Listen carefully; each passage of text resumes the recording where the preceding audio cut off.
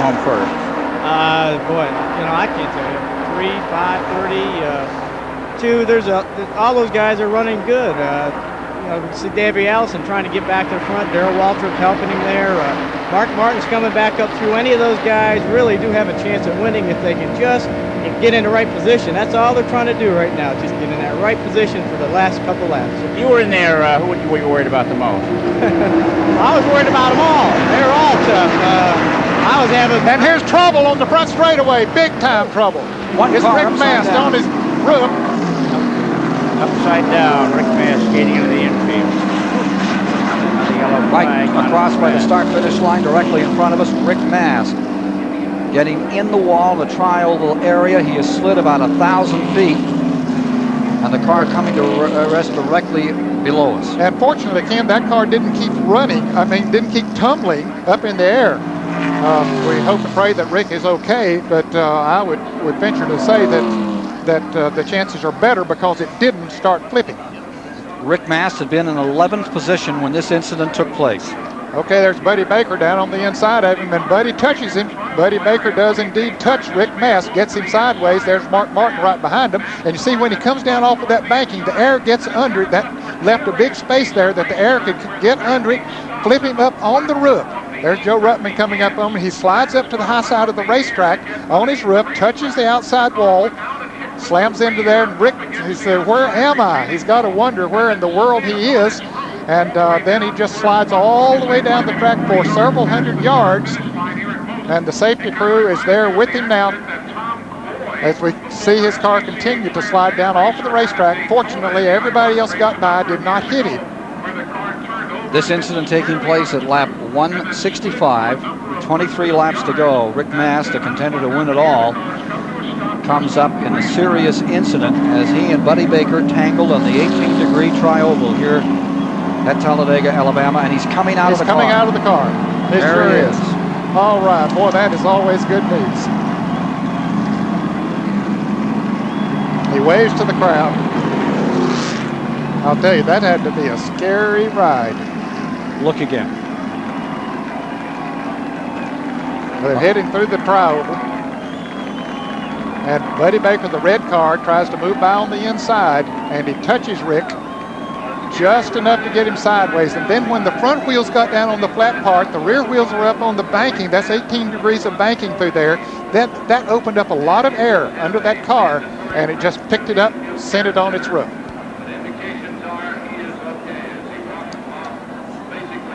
And he slides for a long way down the racetrack. He has to wonder, when in the world is this thing going to stop, and is anything going to hit me? A little bit woozy.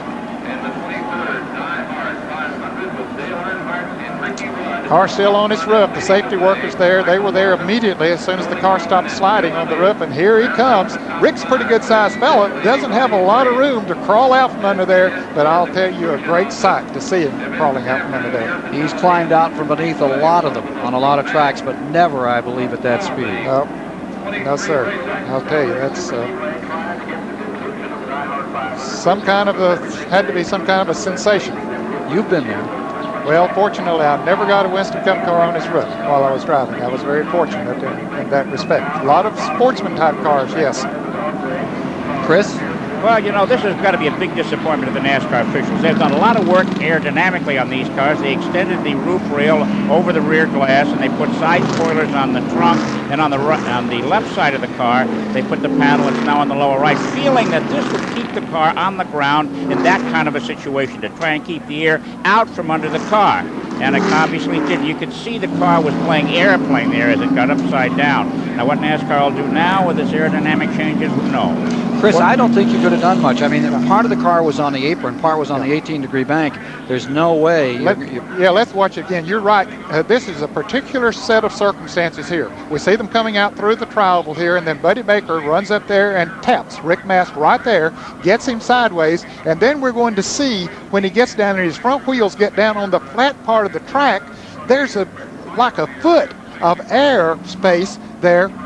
Right in that area there. See, the spoiler, the front spoiler is down on the racetrack. That would have a lifting effect itself.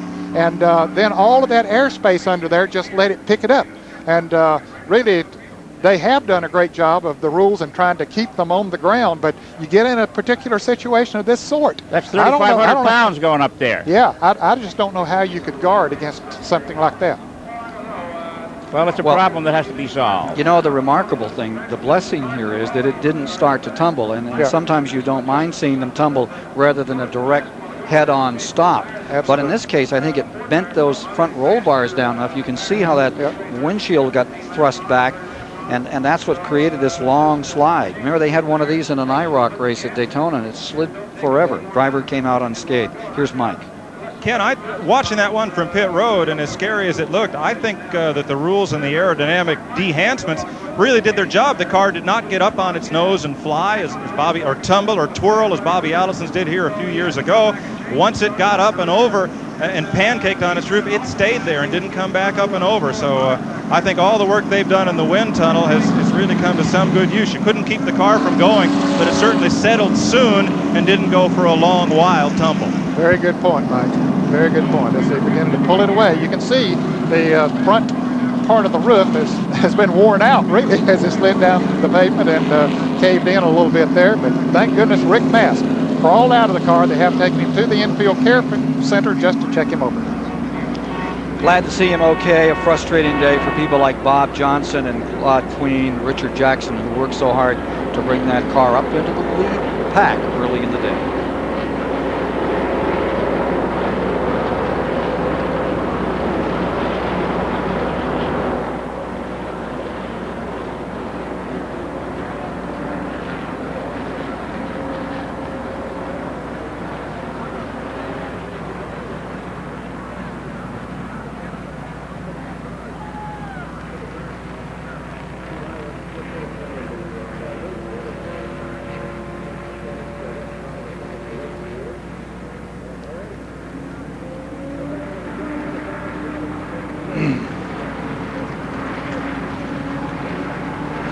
Runs over. Is there going to be a winner's interview? Are we off the air at 30? Sir? Yeah, well, it's not going to be over. Right. I'm fine. I just need a new pair of underwear. A clean pair or a new pair?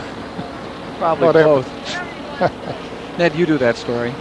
Oh, yeah. Ned.